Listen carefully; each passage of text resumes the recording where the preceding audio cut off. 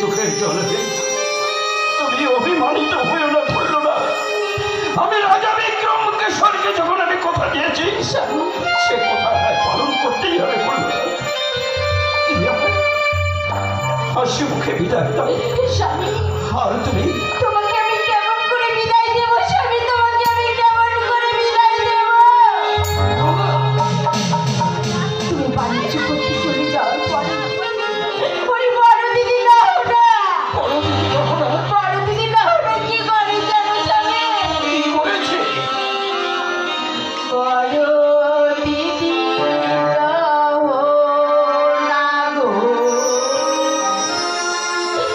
Kilo লাথি মারে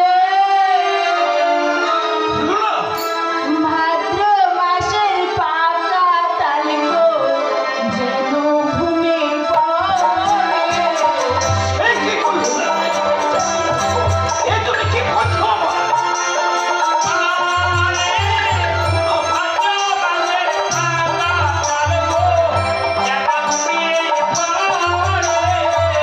বড় দিদি লহনা গো কিলো লাথি মারে ভাদ্র মাসের পাকা তাল গো যেন ঘুমে পড়ে।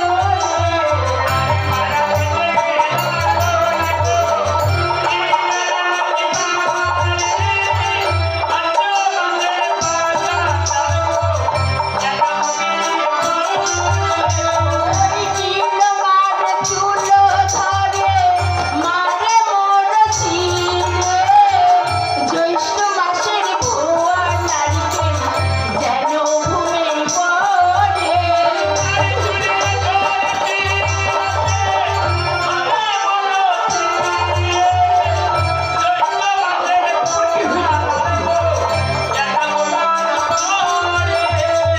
কিলো মারে চুলো ধরে মারে মোর ছিঁড়ে জ্যৈষ্ঠ মাসের ভুয়া নারিকেল যেন ঘুমে পড়ে।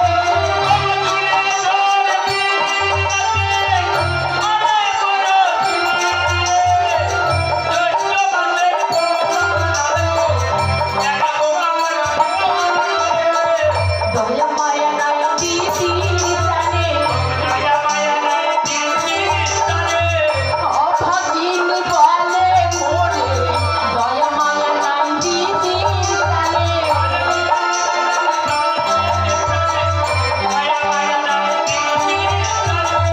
দয়া মায়া নাই দিদির জানে।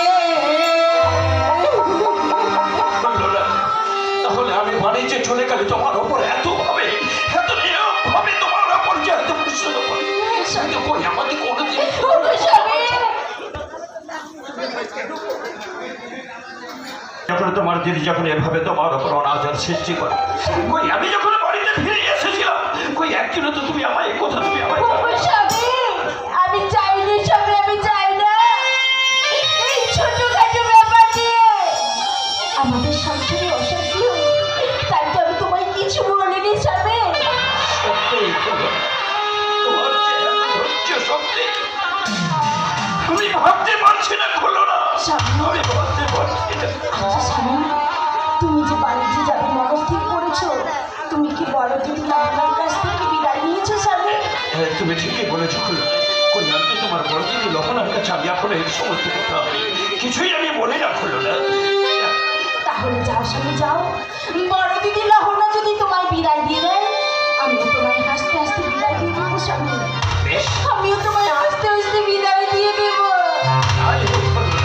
আমি তোমার কথা মতো এই মুহূর্তে আমি তোমার বড় দিদি লহনার কাছ থেকে আমি বিদায় দিয়ে আসছি। স্বামী, আমি ততক্ষণ তোমার মঙ্গলের জন্য ওই মা মঙ্গল চণ্ডীর পুজো করছি স্বামী, তাই হোক খোলো না। মঙ্গল চণ্ডীর পুজো করছি।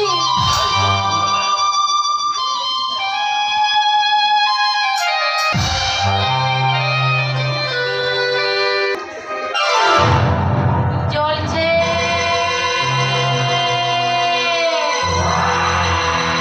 দাও দাও করে জ্বলছে, জ্বলতেই থাকবে।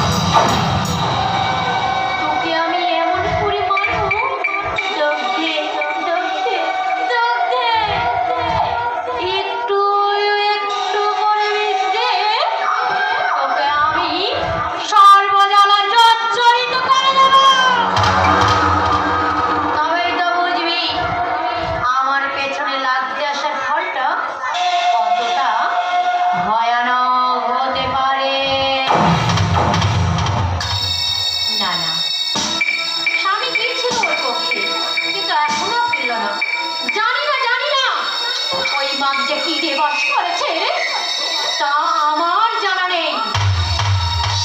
বুঝতে পারি না এমন কি রয়েছি যা আমার দিকে একবার ঘুরে তাকাচ্ছে না। প্রথমে এসেছিলাম আমি, এই সংসারের হাল ছিল আমার হাতে, সংসারের চাপ ছিল আমার অঞ্চলে থাকা।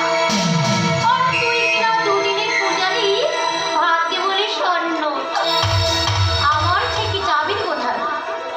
চাবির গোছা থাকবে তোর হাতে, আর আমি নাকি ছোট পেছনে পেছন। না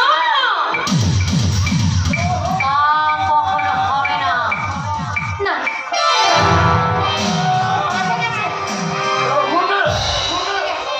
এ কি রহনা, তুমি এভাবে একা একা দাঁড়িয়ে তুমি কি ভাবছো রহনা?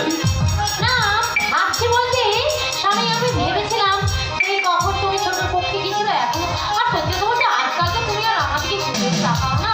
শোনো রহনা, তুমি যেটা ভেবেছো সেটা সম্পূর্ণ ভুল ভেবেছো। কিছুক্ষণ আগে রাজা বিক্রম কেশর মন্ত্রীকে দিয়ে আমার এই রাজ দরবারে আমায় তলব করেছে। আমি রাজ দরবারে আমি গিয়েছিলাম। রাজা বিক্রম কেশর আমায় কি আদেশ করেছে জানো? কি আদেশ? এই মুহূর্তে সিংহল হতে শঙ্খ চন্দন চামর এনে রাজা বিক্রম কেশরকে মাত্র দিয়ে দিচ্ছে হতে। একে বলছো স্বামী? হ্যাঁ, আপনি তো আমাকে বলেছেন স্বামী। রাজা যখন আদেশ করেছে, রাজ আদেশ তো পূজাকে পালন করতেই হবে। তাই আমি বলেছি আমি সিংহল থেকে শঙ্খ চন্দন চামর এনে তোমায় আমি মাদ্রির সৌধতে আমি মুক্ত করব। এই কথা আমি দিয়ে এসেছি। কিন্তু স্বামী, আপনি যে এত বড় সিদ্ধান্ত নিয়ে নিলে, হলো না অনুমতি দিয়েছে স্বামী। শোনো না, আমায় বাধ্য হয়ে এই সিদ্ধান্ত নিতে হয়েছে। আমি প্রথমে রাজা বিক্রম কেশরকে বলেছিলাম আমি এই মুহূর্তে আমি সিংহলে আমি যাত্রা করতে পারবো না। কিছুদিন হলো আমি গৌরবঙ্গ থেকে আমি ফিরে এসেছি, বাকি জীবনটা আমি সংসারের মধ্যে কাটিয়ে দেবো, এই চিন্তা ভাবনাই করে আমি বলেছিলাম। তার বিনিময়ে রাজা বিক্রম কেশর আমায় কি বলেছে জানো? স্বামী, সিংহল থেকে শঙ্খ চন্দন চামর এনে আমি যদি তাকে বাঁধের সৌধে আমি মুক্ত করতে পারি, তাহলে আমায় তার কণ্ঠে রত্ন অর্ধেক রাজত্ব আমায় আর ভুল করবে। আর যদি না এনে দিতে পারি, তার বিনিময়ে কি হবে জানো? স্বামী, আমার হবে শিরোচ্ছেদ। ও স্বামী, তুমি কোনোদিন বুঝলেই না আমি যে তোমায় কতটা ভালোবাসি। সবসময় যখন থেকে এসেছে করলো না, তখন থেকে শুধু স্বামী স্বামী। আর আমার দিকে আমরা তো ঘুরে যাবো না রে। তুমি এই কথা বলছো কেন?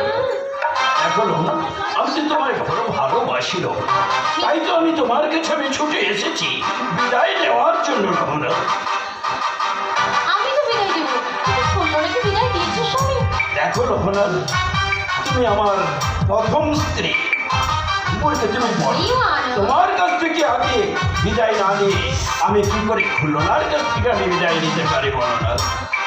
এখন আমি তোমার প্রথম স্ত্রী, তোমার কাছে বিদায় নিই, কি করে আমি? দেখো রহনা, আমি খুলনার কাছে গিয়েছিলাম। খুলনা আমায় কি বলেছে জানো? কি বলেছে? যাও এই মুহূর্তে বড় যদি লহনার কাছ থেকে তুমি বিদায় নিয়ে আসো, তারপর আমি তোমায় বিদায় দেব। সেই মুহূর্তে আমার ওই সিংহলে যাত্রার কথা শুনে সে আমার মঙ্গল কামনা করত। আমি তোমায় কেমন করে বিদায় দেবো? তুমি কেন বোঝো না স্বামী? আমি তোমায় এত ভালোবাসি জানো স্বামী।